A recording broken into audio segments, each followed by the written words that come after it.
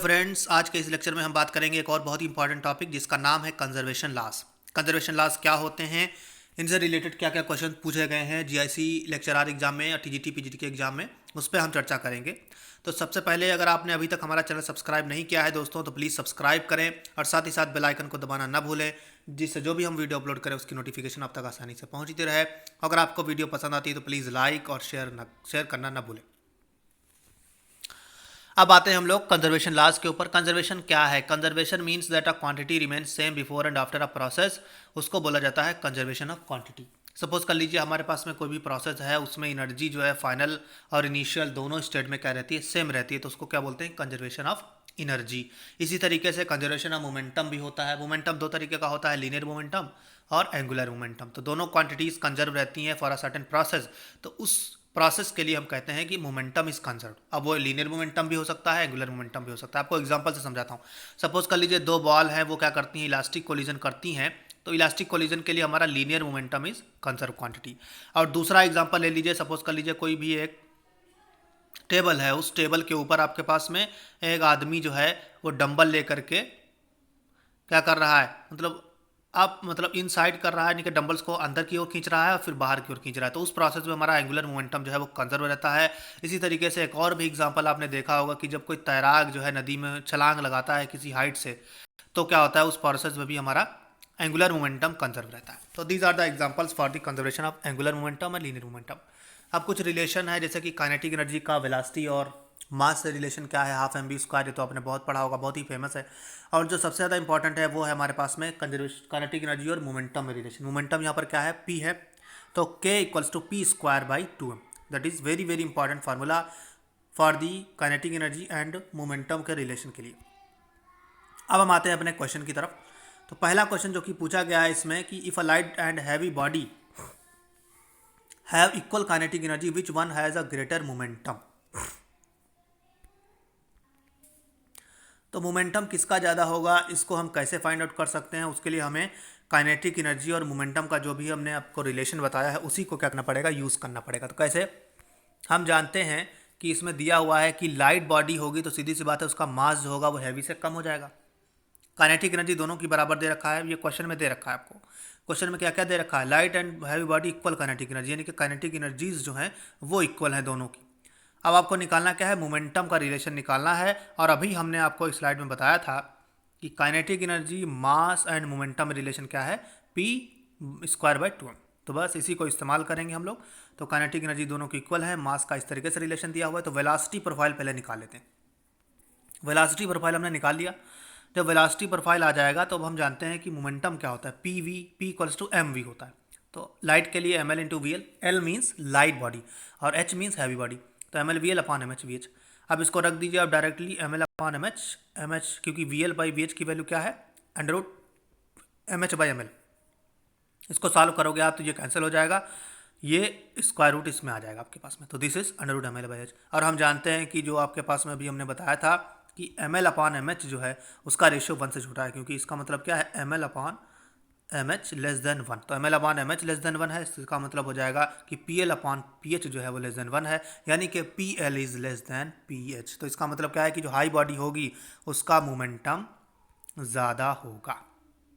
तो किसका अधिक होगा, हैवी बॉडी जो है उसका मोमेंटम अधिक होगा। तो ऑप्शन क्या हो जाएगा, ऑप्शन बी इज करेक्ट। तो बेसिकली आपको रिलेशन याद रखना है बस। अब सपोज का इसमें दिया हुआ है कि अगर कोई रनिंग बॉडी बॉय है, जंप करता है rotating table, which of the following is conserve. अभी हमने आपको एग्जांपल से समझाया था कि दो एग्जांपल दिए थे, एक तो आपके पास में टेबल के ऊपर डंबल वाला था एग्जांपल, और दूसरा मेज के ऊपर, सॉरी, तैराक जो है वो ऊपर से कूद रहा है नदी में, जब स्विम करता है तो वहाँ पर भी क्या क्वांटिटी कंजर्व रहती है, एंगुलर मोमेंटम कंजर्व रहता है। ये भी एक एग्जांपल ऐसा ही है। तो इसमें क्या होगा आपके पास में, that is v equals to R omega, ये क्वांटिटी जो है वो कंजर्व रहेगी, क्योंकि radius angular velocity, constant angular velocity से हमारे पास में क्या कर रहा है, वो रोटेशन कर रहा है। अब इस प्रोसेस के हिसाब से हमारे पास में जो मोमेंट ऑफ इनर्शिया है दैट इज़ आई ओमेगा, और आई ओमेगा क्या होता है, दैट इज जे। तो कांस्टेंट एंगुलर वेलोसिटी से हमारे पास मोशन कर रहा है, तो हमारा जो क्वांटिटी होगा that will be angular momentum, वो कंजर्व रहेगा। तो ये सीधे से एग्जांपल है, running boy jumps on a rotating table, which of the following, क्या क्वांटिटी कंजर्व रहेगी, एंगुलर मोमेंटम कंजर्व रहेगा। तो सीधा सा एग्जांपल है, क्योंकि यहाँ पर रोटेशन की बात हो रही है। किसकी बात हो रही है? रोटेशन की। रोटेशन में लीनियर मोमेंटम का तो कोई काम है ही नहीं, काइनेटिक एनर्जी का भी कोई काम नहीं, सिर्फ एंगुलर मोमेंटम ही होगा, वो कंजर्व हो जाएगा। नेक्स्ट एग्जांपल है, नेक्स्ट बताया गया है कि jet engine works on the principle of conservation of. तो ये तो बहुत ही सिंपल सा क्वेश्चन है कि जेट इंजन जितने भी होते हैं आपके पास में, वो सारे के सारे लीनियर मोमेंटम के कंजर्वेशन पे काम करते हैं। ठीक है, अब ये कैसे काम करते हैं, ये काफ़ी लंबा प्रोसेस हो जाएगा। फिलहाल तो आप ये याद रखिए कि किस प्रिंसिपल पे काम करते हैं, कंजर्वेशन ऑफ मोमेंटम पे काम करते हैं। अगर आपको ये जानना है कि किस कंजर्वेशन पे और किस तरीके से काम करते हैं, तो आप हमारे कमेंट बॉक्स में कमेंट कर सकते हो।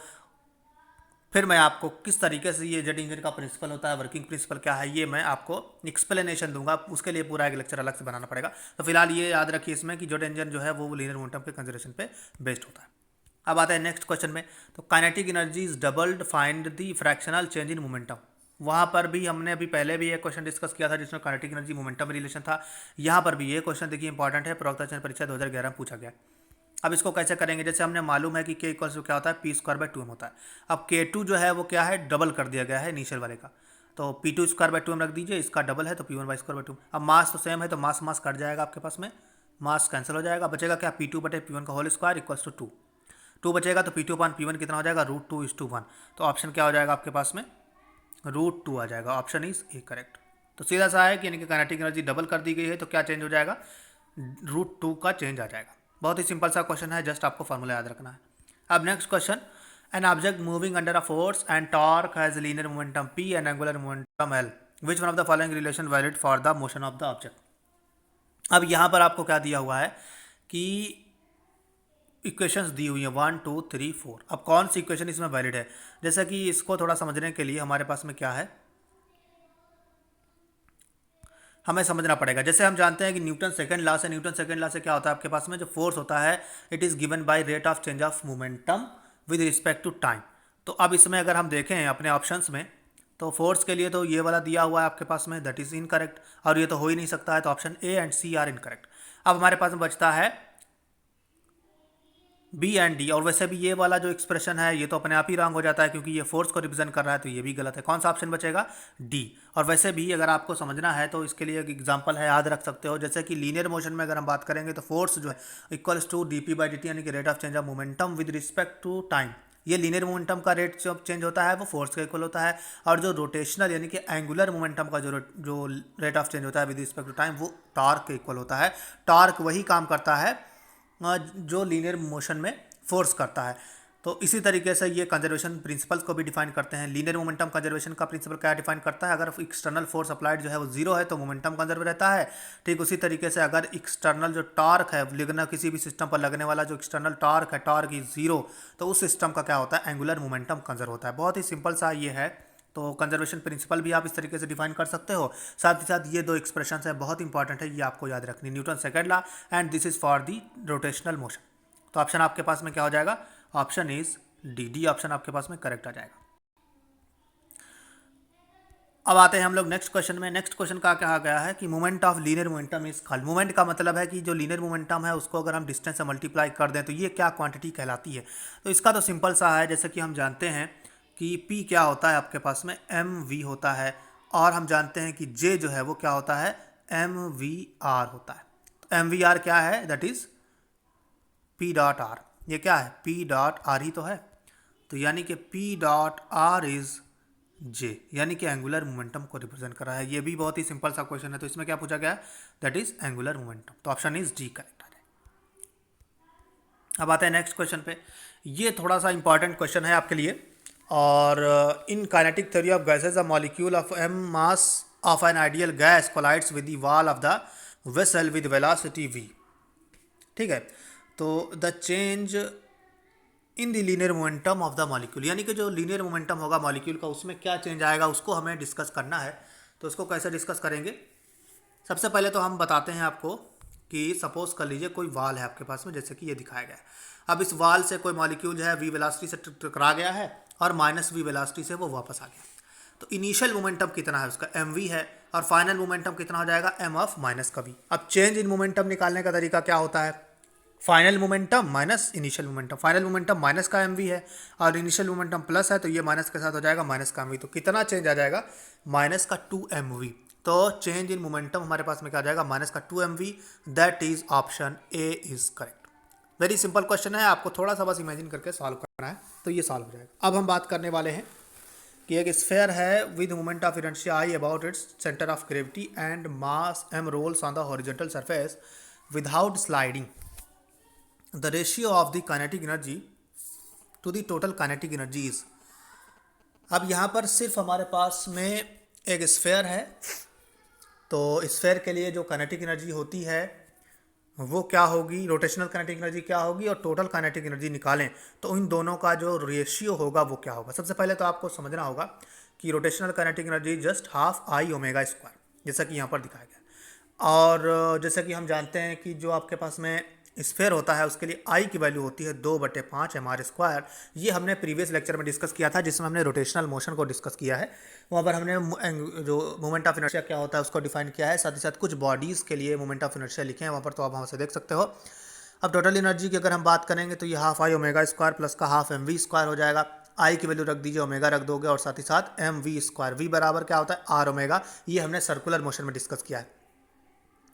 तो इन दोनों को अगर आप सॉल्व करोगे तो ये हो जाएगा 7/5 1/2 mr स्क्वायर ओमेगा स्क्वायर। अब चूंकि कहा गया है के रोटेशनल अमान टोटल एनर्जी जो है उसका रेशियो लेना है, तो 1/2 2/5 mr स्क्वायर ओमेगा अपॉन 7/5 1/2, तो ये कैंसिल हो जाएगा आपके पास में, 2 से 2 कैंसिल हो जाएगा और 5 से 5 कैंसिल हो जाएगा, बचेगा 2/7 और ये वाला पूरी क्वांटिटी कैंसिल हो जाएगी तो बचेगा 2/7।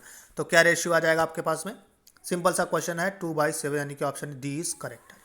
ठीक है, तो क्या लेना है आपको, rotational kinetic energy that is half I omega square. जैसे क्या होता है जब लीनियर मोशन की बात करते हो तो 1/2 mv स्क्वायर, ये काइनेटिक एनर्जी को रिप्रेजेंट करता है। ठीक इसी तरीके से जब रोटेशनल मोशन की बात करते हो तो m की जगह पर i आता है और v की जगह पर आ जाता है ओमेगा। तो बेसिकली सिंपल है, बस आपको क्या करना है रिप्लेस कर देना। अगर ये जान जाते हो तो सर्कुलर में और लीनियर मोशन में आपको कोई प्रॉब्लम नहीं आने वाली है। अब ये क्वेश्चन बचा हुआ है, इसमें कहा गया है कि an electron with charge E and mass m is accelerated from rest through a potential difference equal to 3 volt in vacuum, the final kinetic energy of electron will B.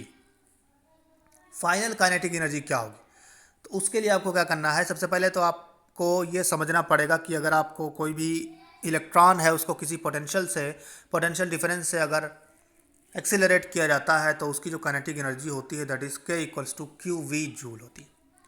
तो अगर इतना होता है तो वोल्ट कितना है, 3 वोल्ट का हमने लगा रखा है, तो सीधी सी बात है वोल्ट की जगह 3 हो जाएगा। चार्ज कितना है E का है तो 3E जूल आ जाएगा। तो कितनी काइनेटिक एनर्जी हमारे इलेक्ट्रॉन को मिलेगी, 3E जूल मिल जाएगी आपके पास में। तो ऑप्शन हमारा हो जाएगा बी ऑप्शन करेक्ट हो जाएगा। जूल में पूछा गया है, अगर यही इलेक्ट्रॉन वोल्ट में पूछा जाएगा तो इसको हमें चेंज कर लेंगे। तो सिंपल सा क्वेश्चन है आपके पास में। आई थिंक आपको जो वीडियो पसंद आई होगी, और साथ ही साथ अगर आपको कोई भी क्वेरी हो तो आप हमारे कमेंट बॉक्स में कमेंट करके पूछ सकते हैं। अगर दोस्तों आपको वीडियो पसंद आती है तो प्लीज़ लाइक शेयर और सब्सक्राइब, और साथ ही साथ अपने दोस्तों को शेयर करना ना भूलें। Thanks for watching.